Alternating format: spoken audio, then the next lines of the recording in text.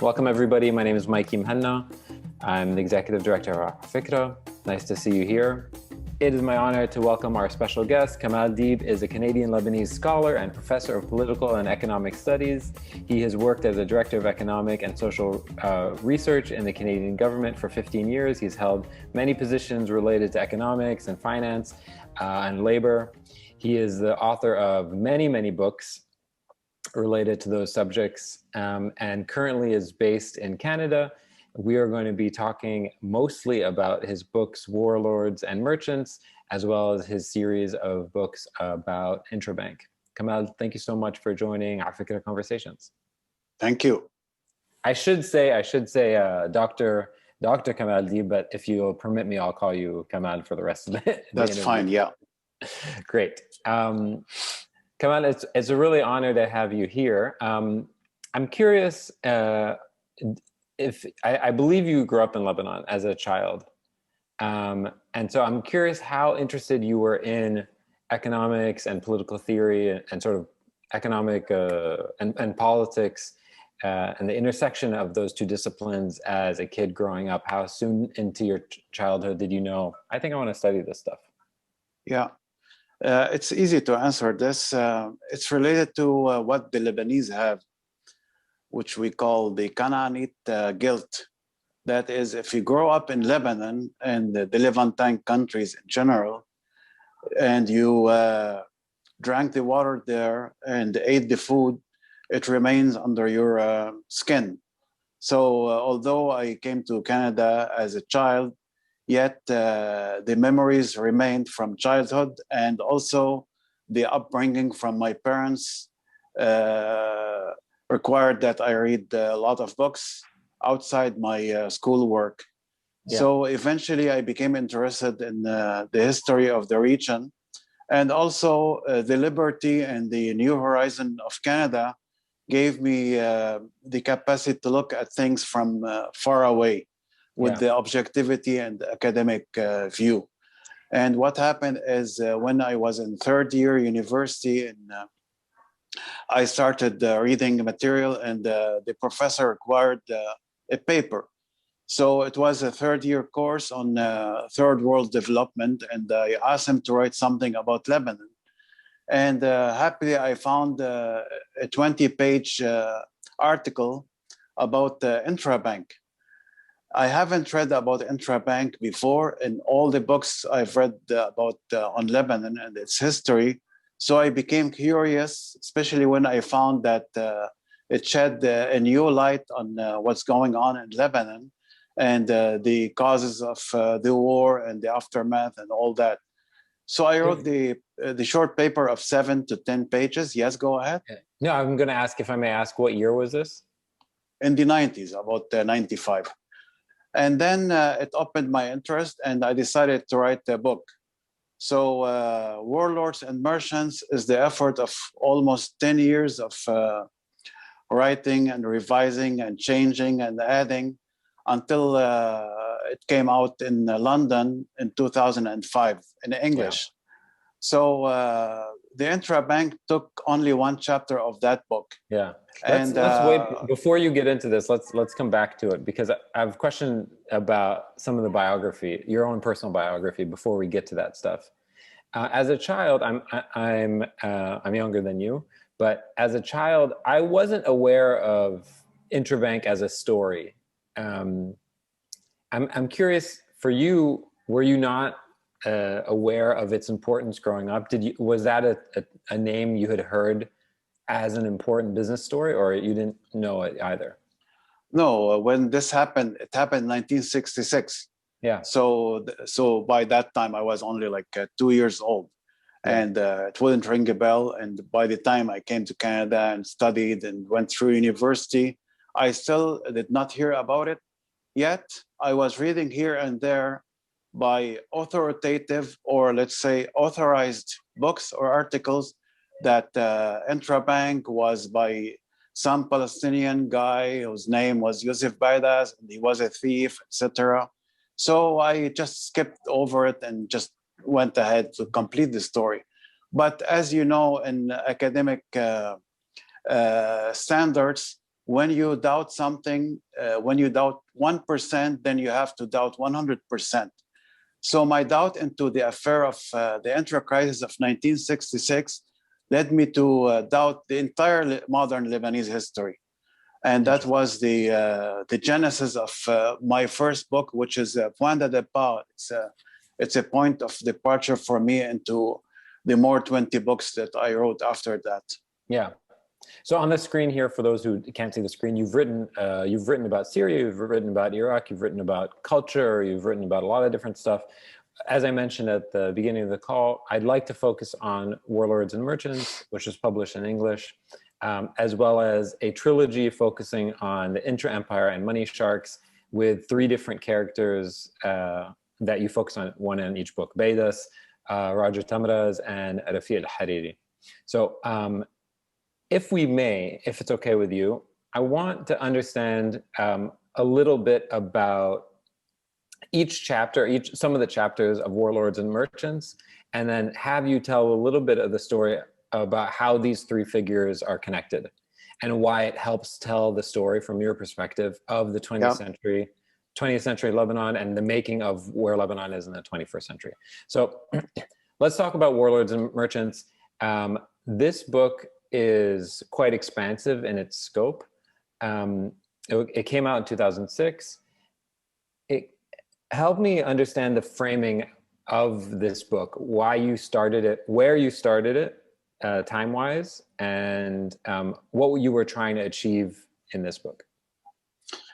As I have said, I started writing it in 1995. I was a student, and it took me 10 years to get it published in London, as I've said. Now, the idea is about Lebanon being a country today, a modern country, is really based on mythology that was established in the early 20th century. Before that, Lebanon was part of a greater area called the Levant. And the Levant is today's what we call Bilad al-Sham, Syria, Lebanon, and Palestine.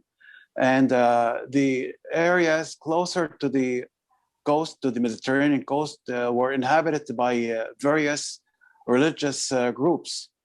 And those religious groups were feudalistic and led by leaders who are supposed to pay taxes to the Ottomans or whatever empires that existed before them. And that kind of origin continues today. Yes, the warlords are sophisticated.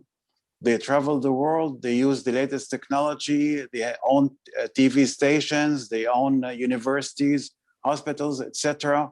But they are descendants of the same mountain people that rode horsebacks and used the sword 1,000 years ago.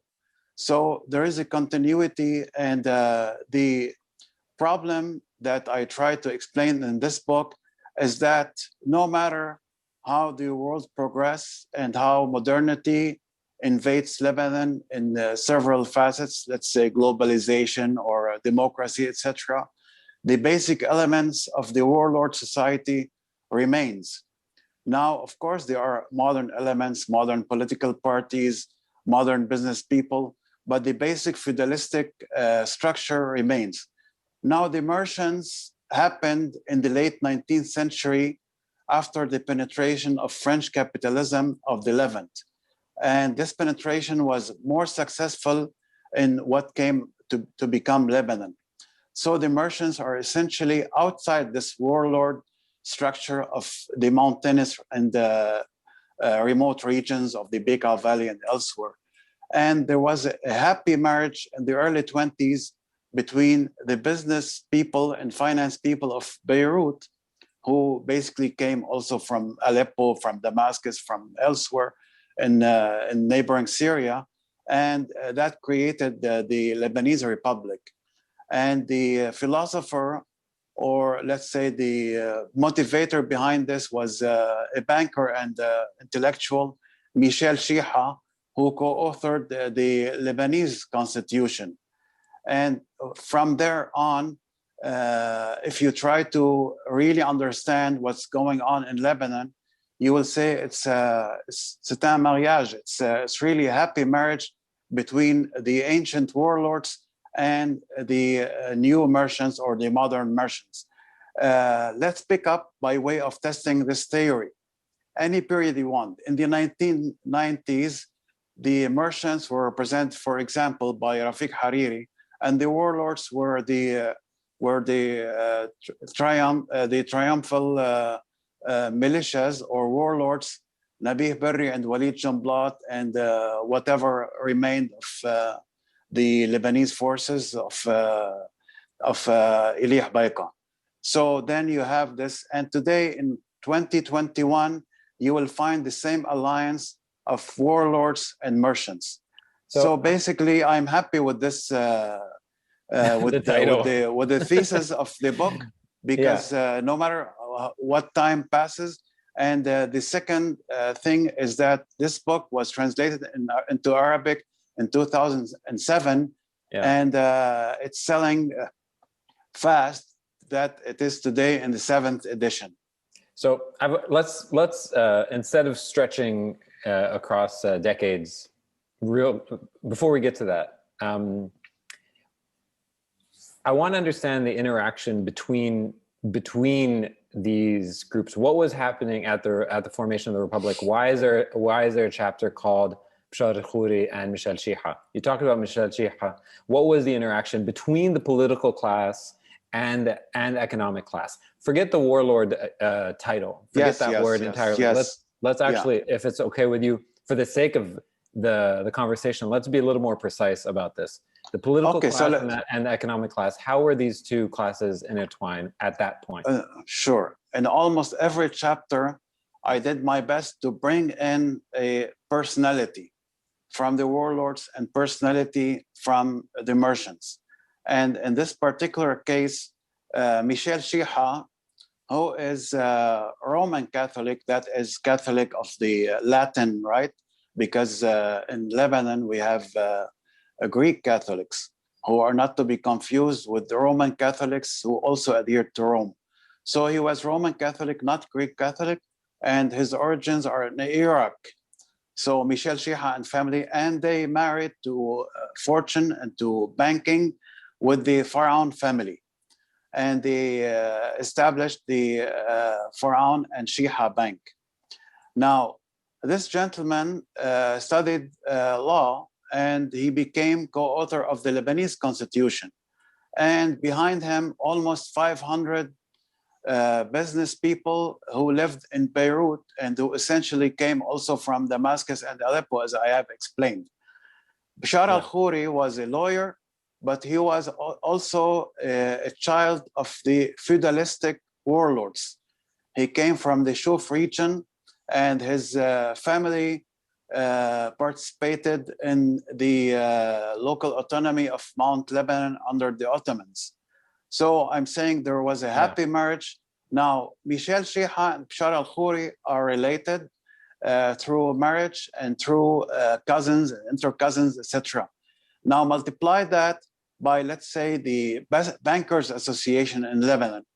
You will find that membership in the Bankers Association is either from former politicians who became bankers, or bankers who became politicians, who became ministers, who became prime ministers, who became presidents, like Ilyas Sarkis, like Salim Al-Hos, like Pierre Raffaele, etc.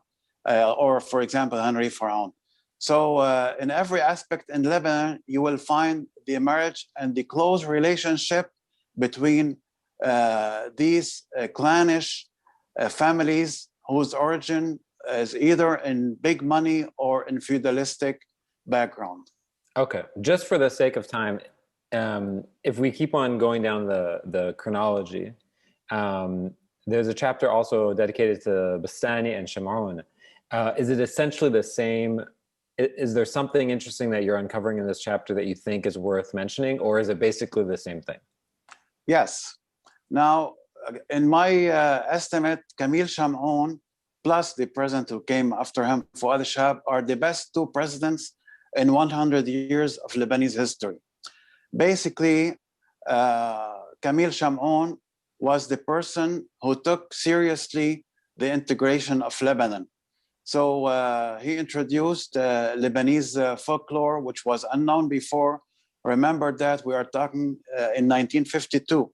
So that's 10 years or 12 years after independence.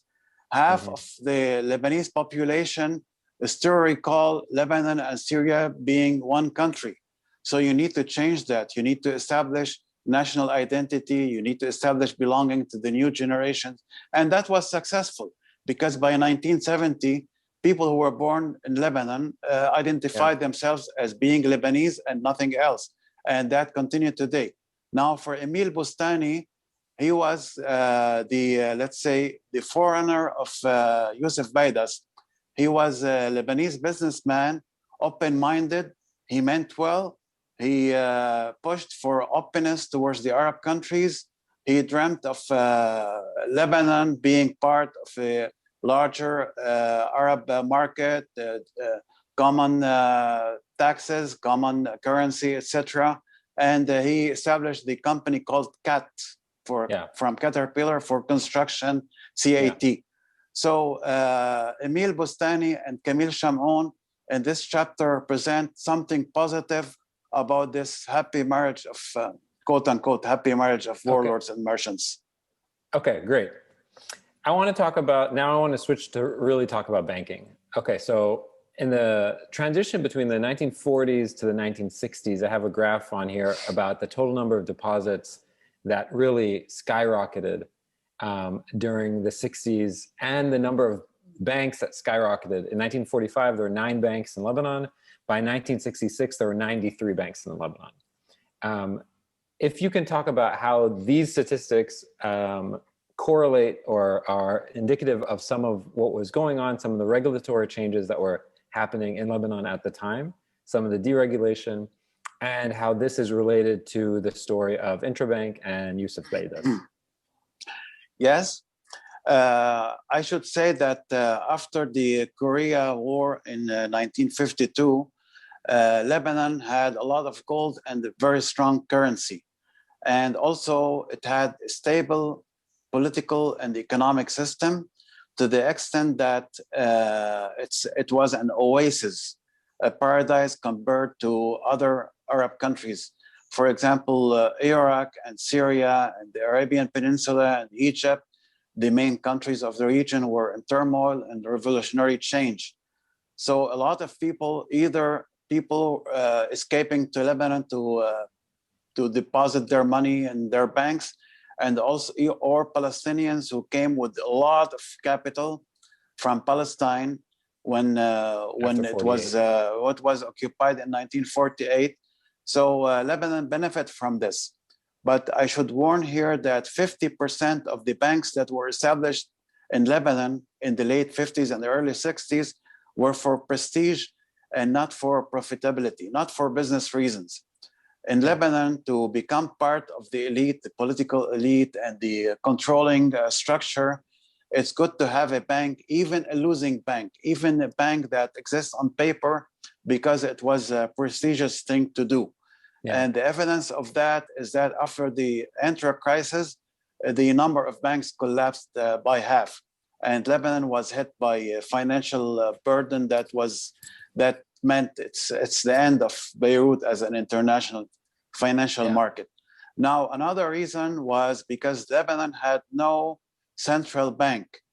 A private French bank called Banque de Liban de la Syrie was taking care of issuing the currency for Lebanon and Syria, but yet this French bank sometimes made decisions and took steps that countered the interests of Lebanon and sometimes harmed the interests of Lebanon.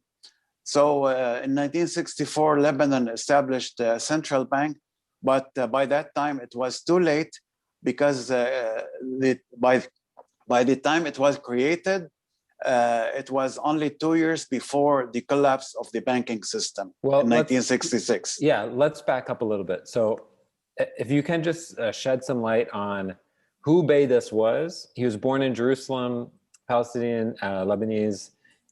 former banker at Barclays Bank in Jerusalem, comes to Lebanon, brings tons of assets under management with him to Lebanon, starts a bank called Intra, is hugely successful. But if you can shed some light on what was success, why was he successful? How was he able to attract so many assets under management? Why were his returns so high? And how did he put himself in a position, or end up in a position, maybe is a better way of saying it, where he was a target of so much controversy and attacks? Yeah. First of all, I should repeat that Lebanese history is filled with big lies. What you read about classical books about Lebanon, even recent ones, they talk about Yusuf Baidas, the thief who came to Beirut barefoot, and he stole Lebanon and its money and its economy, etc.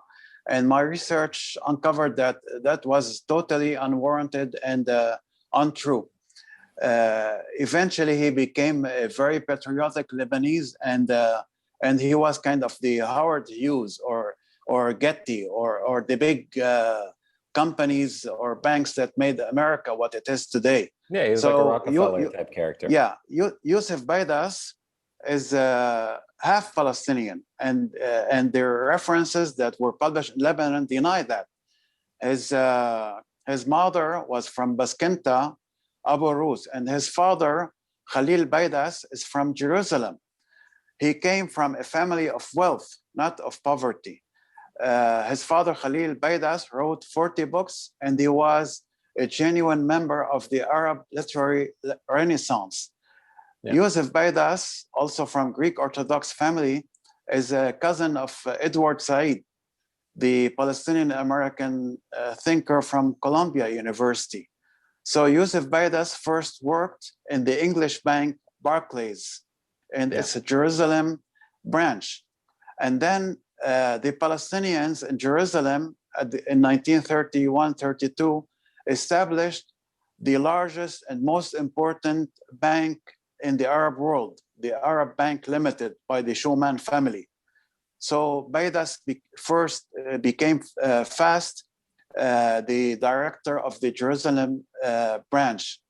And then when the Arab Bank moved its headquarters in 1948 to Amman, Yusuf Baidas was married to Lebanese lady, Widad Salami.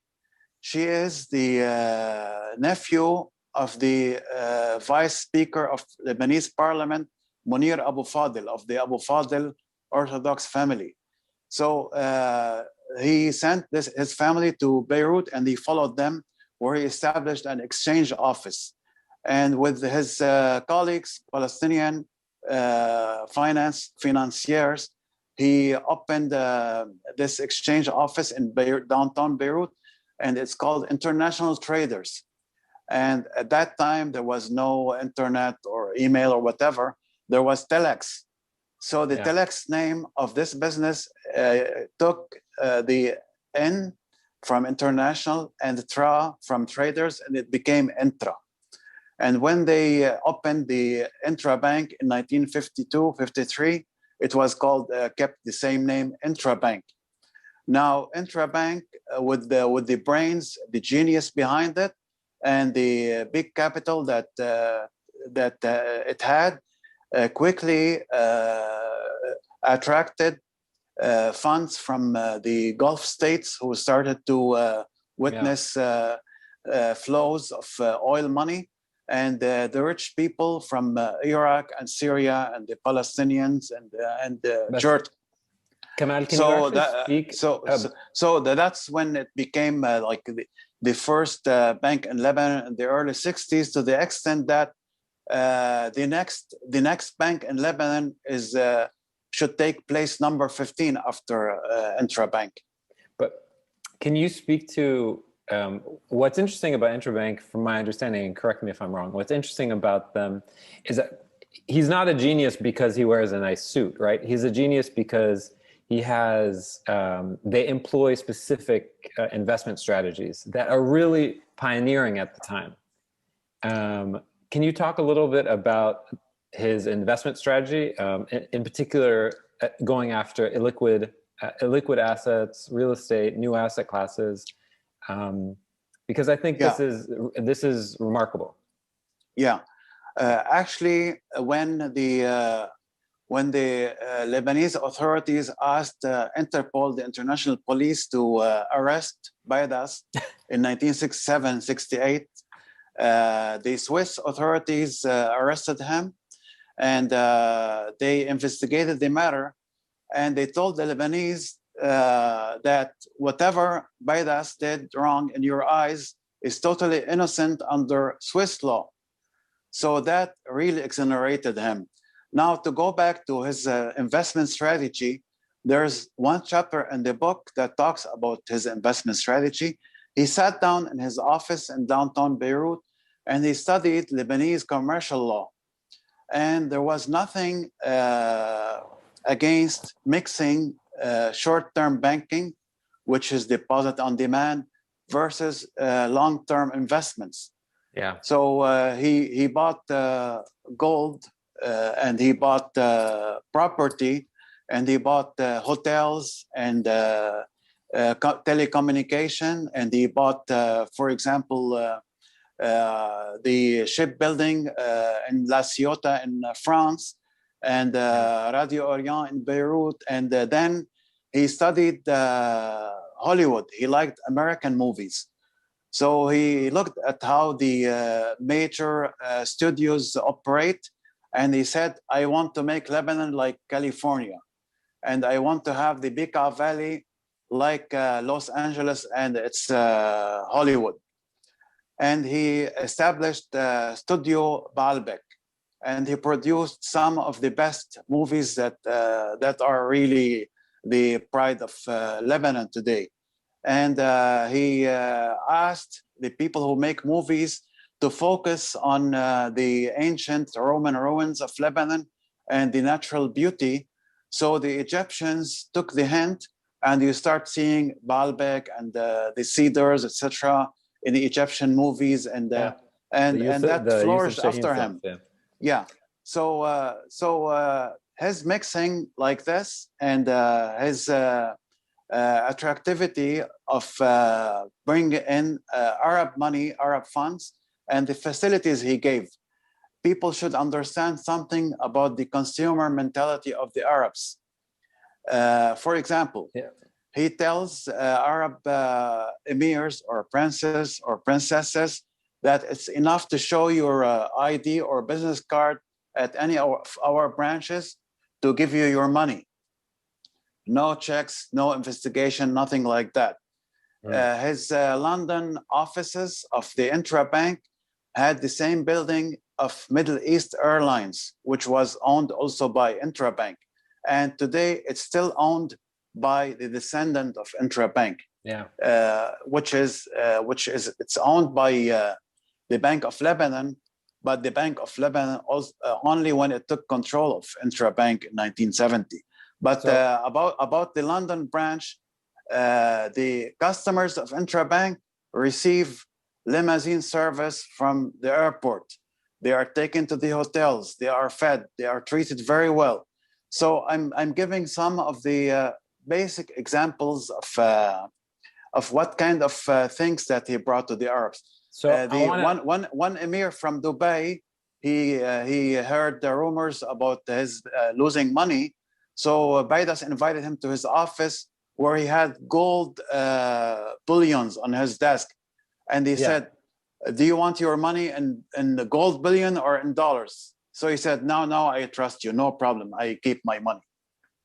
So, okay, I want to, so there seems to be two things going on, right? One, he's incredible. He's an incredible marketer. He's able to bring in tons of money because of those things. Plus talents, plus people who work with him. Sure. And then he's able to be a really, really good investor, right?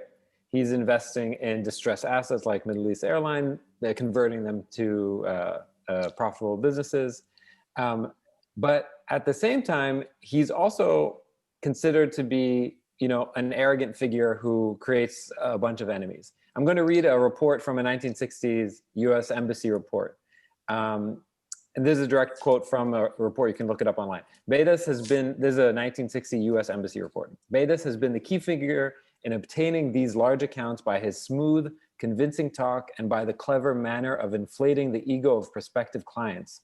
Beidas has apparently been irresistible to these, quote, simple sheikhs from the Arab hinterland. Again, US Embassy report from 1960s. How does, I want to ask you, so let's get to the central bank now.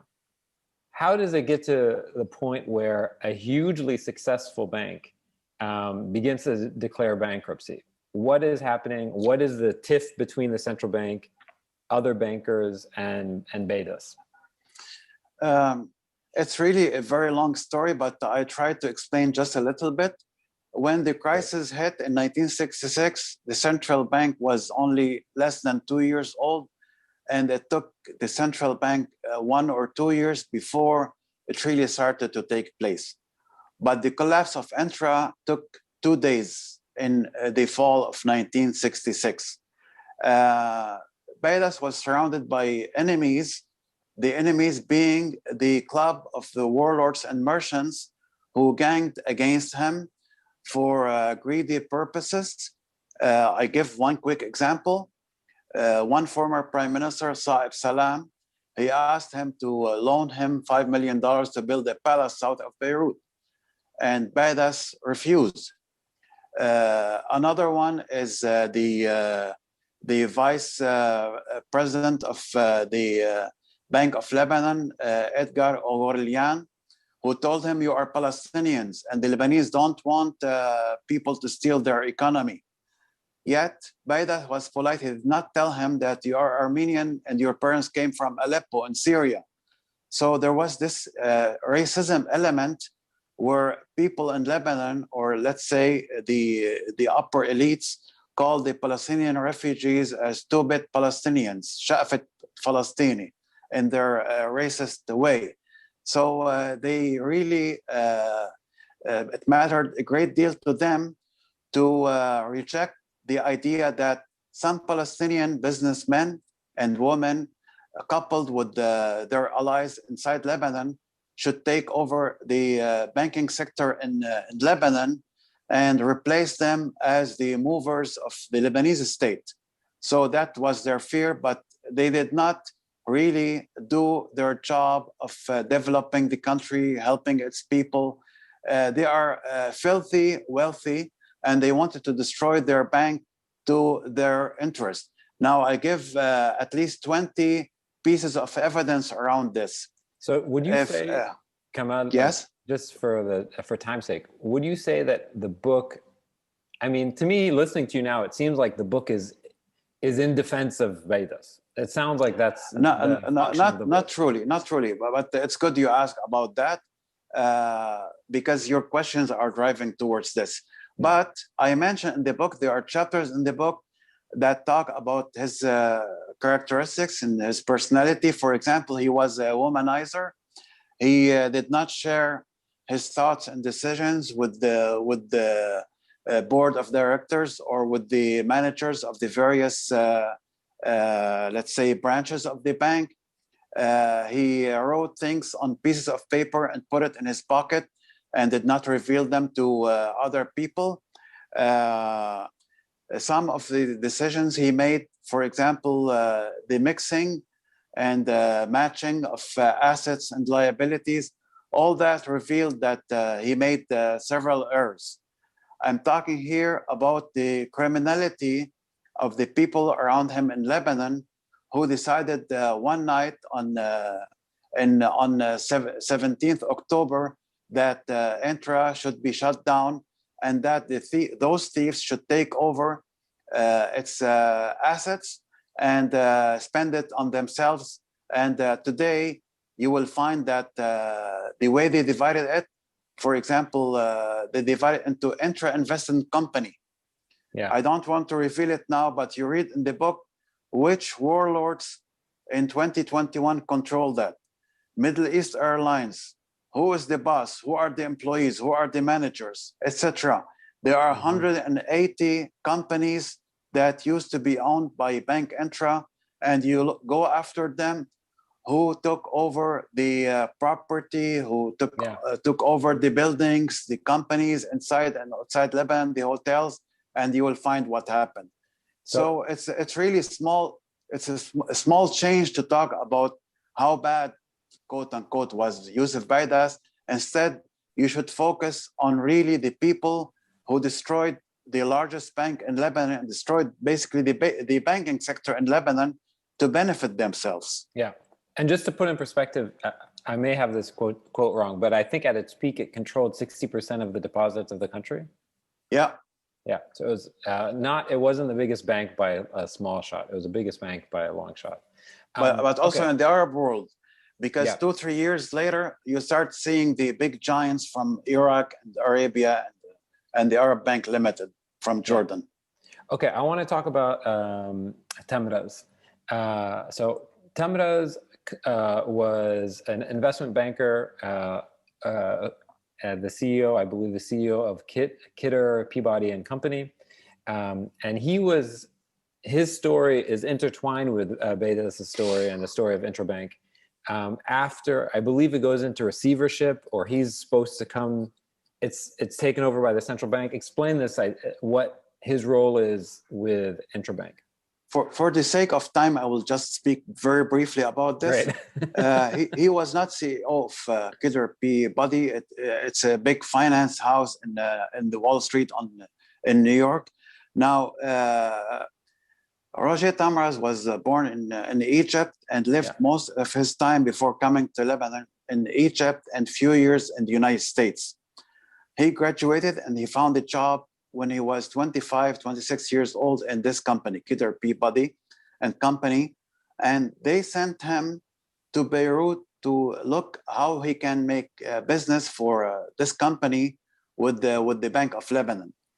So I met Roger Tamraz for several days in Paris, and he told me all those details and how, as 26 years old, he was able to convince the Bank of Lebanon to suggest some solution. And his solution was to pay up like they are doing today with depositors in the banks in Lebanon, to pay out the small deposits to depositors, to the customers of Intra Bank, but then the big ones to give them shares in the assets of Intra.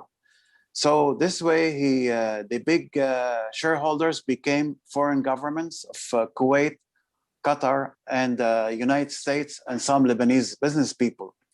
And that's what happened. Now, it took him 15 years to have his distant cousin, President Amin Gemayel, to come to power in end of 1982. And they asked him, how can I help you? He said, I want to be the president of Intra Company. And he made him this. And then also Roger Tamraz benefited himself. And then he held himself to a lot of the assets. And one of the banks that was a turn-off of Intra Bank is Bank Al Mashriq, that was born in 1970. Also, it became owned by Roger Tamraz. And just briefly, Roger Tamraz had to escape from Lebanon in 1989 after he was kidnapped by some militiamen to embezzle him out of funds.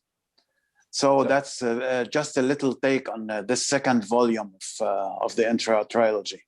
So I want to understand just when Intra, after the bankruptcy, or while it was those 2 days, I remember reading that the central bank, okay, this is what I remember reading. Tell me if I got this right. Basically, there is a depositor, there's an interbank depositor, I think from Saudi Arabia, who requires to be liquidated. He wants his money back. And it's a conspiracy that there's some coordinated attack because of some politics. Baidas goes to the central bank saying, I need liquidity because I don't have it. I'm investing all these illiquid assets. And then the central bank says, I think it was Elias Sarkis, I don't know who it was, says, I'm not going to give it to you, you're bankrupt. They bring in an accounting firm to do a valuation. The first accounting firm says, obviously they're not bankrupt, they have so many assets. Then the central bank fires that accounting firm and brings in another accounting firm. Is that right? Yeah, basically, maybe you read well, but different way of showing the details. Yeah, please correct me, because I know that I'm not completely right. Not Saudi Arabia. The American bankers, Chase Manhattan and Citibank, etc., wanted the funds from the Gulf region and from the Arab countries to flow into American banks. So they increased interest rates. And that's why I didn't want to comment, but now I comment. Of course, you will hear from U.S. Embassy and other sources that Baidas is bad, this bank is bad, etc., because they want to replace him. Now, what happened is the major banks in Beirut after Intra became American banks in Beirut, and you can see that in the book. Now, a lot of countries that are loyal to the UK and United States, in Saudi Arabia and Kuwait and Qatar and Bahrain and the Emirates. The Emirates was not born yet, not the Emirates, but let's say the local chief, the local sheikhs, withdrew their money, and also some wealthy Arabs from Syria and inside Lebanon, and the big withdrawals that hit any bank in the world, even big established banks, are uncalled for in the history of banking at that time in 1966. So the bank needed a little liquidity. And on the night of October 18, the Lebanese cabinet, not the central bank,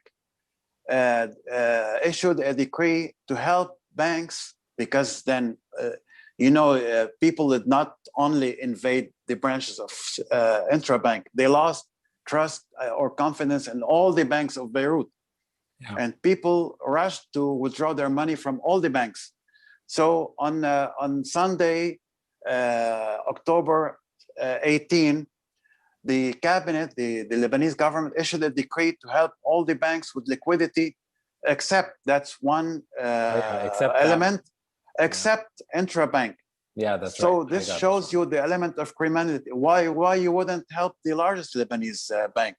Now, the second thing is the Lebanese Intra Bank never declared bankruptcy. It was the prime minister on the following day, when questioned by Minister Kamal Dib, show me any document that shows the bank is bankrupt. So what's his name? The prime minister, Abdullah Al-Yafi, he had a lot of connections in the commercial court, and he was connected with the Ministry of the Interior. So he told the judges to invite the members of the board of director, such as Najib Salha and another deputy from Tripoli, to come to talk to him.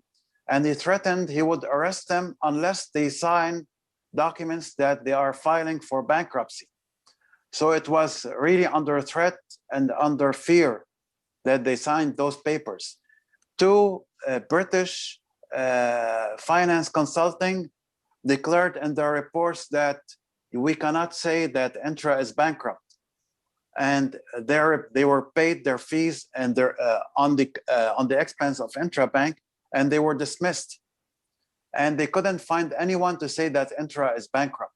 Even the report by Kidder Peabody, if you read it, it will say, let's pay the depositors and let's create new entities. Now, this is evidence for you. Today in 2021, the banks are not paying. They are in trouble. But are they declared bankrupt in Lebanese law? No. Yeah. The governor of the central bank, he will say, we will pay, eventually we will pay the depositors certain amounts, and they are protected by insurance. So Intra was never bankrupt. It looks like we lost mid-sentence. It looks like we lost.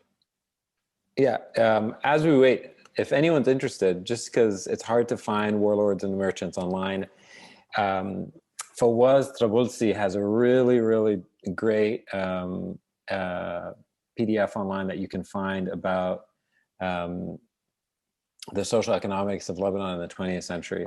It's about like an 80-page, 100-page document that's really, really, really worth checking out if you're interested in this type of stuff. It doesn't look like he's coming back. But yeah, it's worth mentioning. The last part of Kamal's book is basically about the breakdown in the currency and coming out of the Civil War. So what happens after the Civil War, in particular, Hariri's role, Rafi al-Hariri's role in as that sort of merchant business class that takes over.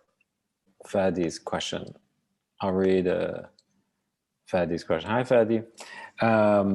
Fadi's question. Can it be that the attack on Intra was also because it was too big and had too much control over the economy, not necessarily in contradiction with the conspiracy against him by other bankers and warlords? Yeah, it's an interesting theory. It could be. I mean, I think Kamal's major thesis is that he was getting it at the end. His major theory is that he was becoming too big and too powerful, and that there was a chance that he was funding, with his profits and with his own wealth, that he was funding Palestinian causes. And there was major concerns that was against sort of imperial interests. And he was a brash guy. I mean, in a documented fashion. I mean, there's stories that at when the Association of Banks of Lebanon was being formed, he said, if I'm not the president, then this should clearly not be formed because I'm 60% of the industry. Why would I not be the president? Like, it should be, of course it should be me. And that rubbed people the wrong way. Whether it should have or not is besides the point. So he definitely did have enemies across the economy because of his size. But bigger figures outside of Lebanon clearly had a target on his back. It looks like we've lost. Oh no, Kamal's back. I think he's back. I ran out of battery, but now I solved it. Sorry about that. No problem. So, Kamal, we have just a couple questions that we're going to get to as we finish up. I can't see you though. You can turn on your camera. I'm going to ask Fadi to unmute himself, and we'll get into the questions. Yeah, if you can read your question, Fadi, that would be great. Because So my question, thank you. This is really interesting because I actually grew up with that story of Intra being too big for the sake of the Lebanese economy. So I'm just wondering if there was a convergence of interest between the national interest of having a company and a person in particular dominating so much the economy, and then the bankers coming and warlords coming in and using that also their personal and putting their personal interest and their own greed and whatever you mentioned into the game. So there's a sort of a convergence of interest between the national interest and the private interest of other bankers. Can that also explain the kind of attack on it, the kind of full-fledged attack by the state and by the private? Okay, thank you for your question. Intra Bank was part of several companies that were born in Lebanon in the 1950s and 1960s that pushed for a world scale. I mentioned before the cat company of Emil Bustani, yet there were many others in business, in finance, in tourism, in manufacturing. And if Intra was allowed to continue along with the other big business in Lebanon, they would have been good contributors to a modern economy of Lebanon that is part of the global economy and finance. Yet the warlords and the traditional merchants in Lebanon did not want that. They want to perpetuate their control of the Lebanese state. And the evidence is that now almost let's say 55 years after the collapse of Intra, Lebanon has no electricity, no proper infrastructure. Beirut has no subway system. Lebanon has no railroads, and the water supply is threatened, and people buy their bottled water every day. So 55 years after the collapse of Intra, and the allied companies that existed at this time left Lebanon to collapse. On the one side, the never-ending skirmishes and battles and wars amongst the warlords themselves, and the other hand, the continuous theft of money that comes to the public purse. And when the Lebanese could not pay any more taxes, they started borrowing money in order to steal it. And today, $100 billion of Lebanese debt is really the heritage that every Lebanese kid will inherit and continue to pay for many years to come. So that was the outcome of what the warlords and merchants did in the early and mid 1960s. Thanks, Kamal. Thanks, Fadi. Okay, so we have 2 questions left. We're going to try to get to them quickly. Ryan, you're up next. Yes. Can you hear me okay? Yep, we hear you. Yep. I wanted to ask why it seems like from the graphs that Mikey had up earlier, it seems like the banking crisis, the collapse of Intra, didn't have the kind of chaotic effect on the currency that more recent banking crises have had. And I was wondering if you could explain why the collapse of Intra didn't affect the currency. Sure. And that kind of. Sure. Lebanon was strong in that period. It was called the golden period of the Lebanese Republic. The currency was protected by the gold standard, and at the same time, foreign countries and large corporations in Europe issued bonds in the Lebanese currency because it was strong. Now, Lebanon did suffer because of the Intra crisis in 1966. Basically, what happened is the Lebanese banking system that existed at the same time disappeared and was replaced by a lot of foreign banks. So the banking system of Beirut of the 1966 is never seen, was never born again. And the currency regained its value. And happily, the governor of the central bank was Elias Sarkis. Under his leadership, the amount of gold and the strength of the Lebanese lira was at a historical level. Now, to compare to today, I believe maybe you should read my third book of the Intra trilogy that was issued early 2020. There is a big myth in Lebanon about the strength of the Lebanese pound at 1,500 for the dollar. Well, the true value, and I explained that in details in my book, is probably 3,000 pounds or 5,000. And that did not prevent the Lebanese from indulging in a lot of expensive lifestyle and foreign trips and apartments and a lot of hedonistic consumption. Now, what happened is the central bank and the Hariri team in 1966 and Solidaire and a lot of other interests in Lebanon coalesced together and one night met and decided to peg the Lebanese pound to the dollar in the value of 1,500 to attract dollars to Lebanon. Why? You read also in the book, because the United States and the Arab countries and European countries did not want to give or lend Lebanon any money to realize the development plan presented by Rafik Hariri and that in 1995. So they said the best thing is to attract dollars, and they paid sometimes 40%. So if you go to one of my interviews on Lebanese television, I was warning that whereas the interbank rate in London is 4 to 6%, the Lebanese government is offering 30 to 40%.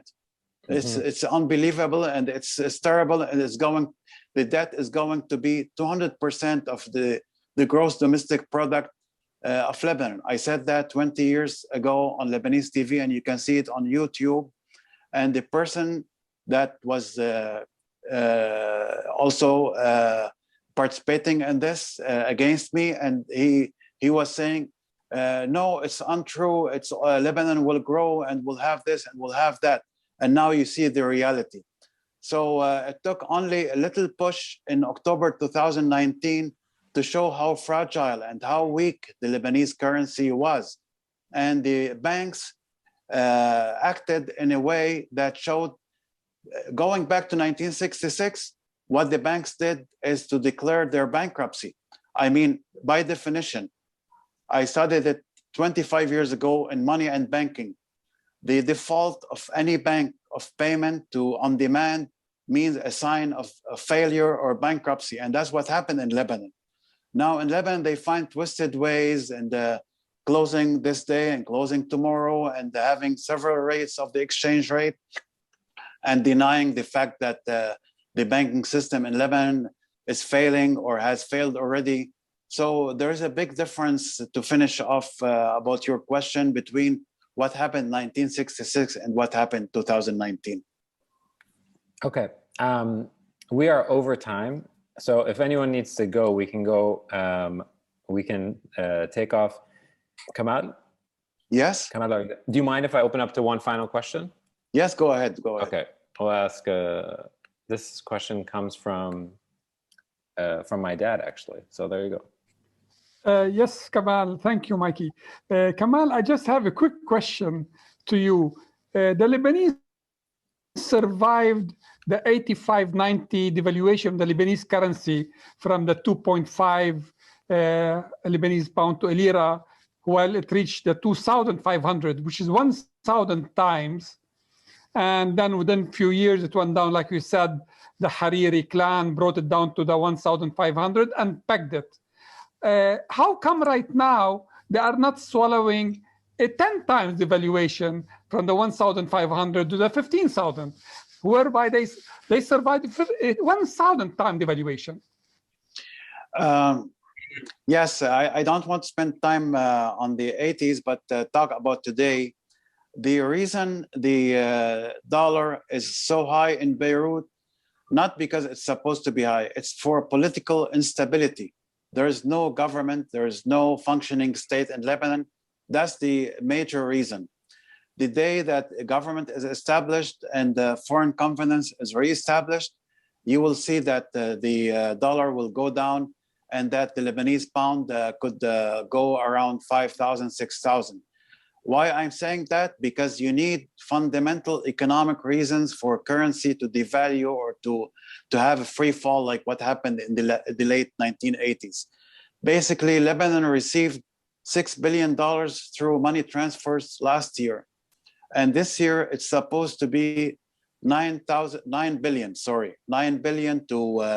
$11 billion. Last year, it received $6 billion. Plus the end of the Corona crisis, hopefully, plus the tourism or visiting season from outside of Lebanon will be much better compared to last year and the year before.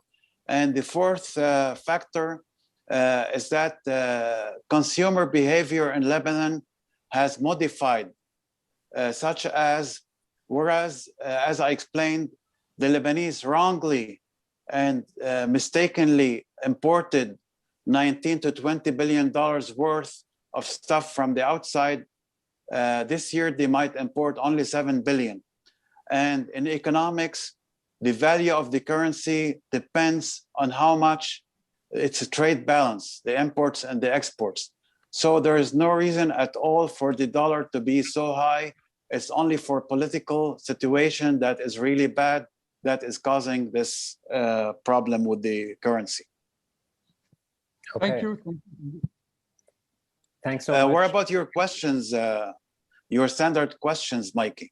Kamal, we had, I was so integrated into what you're saying, and then when you dropped off, I didn't want to spend any time on that. Sure.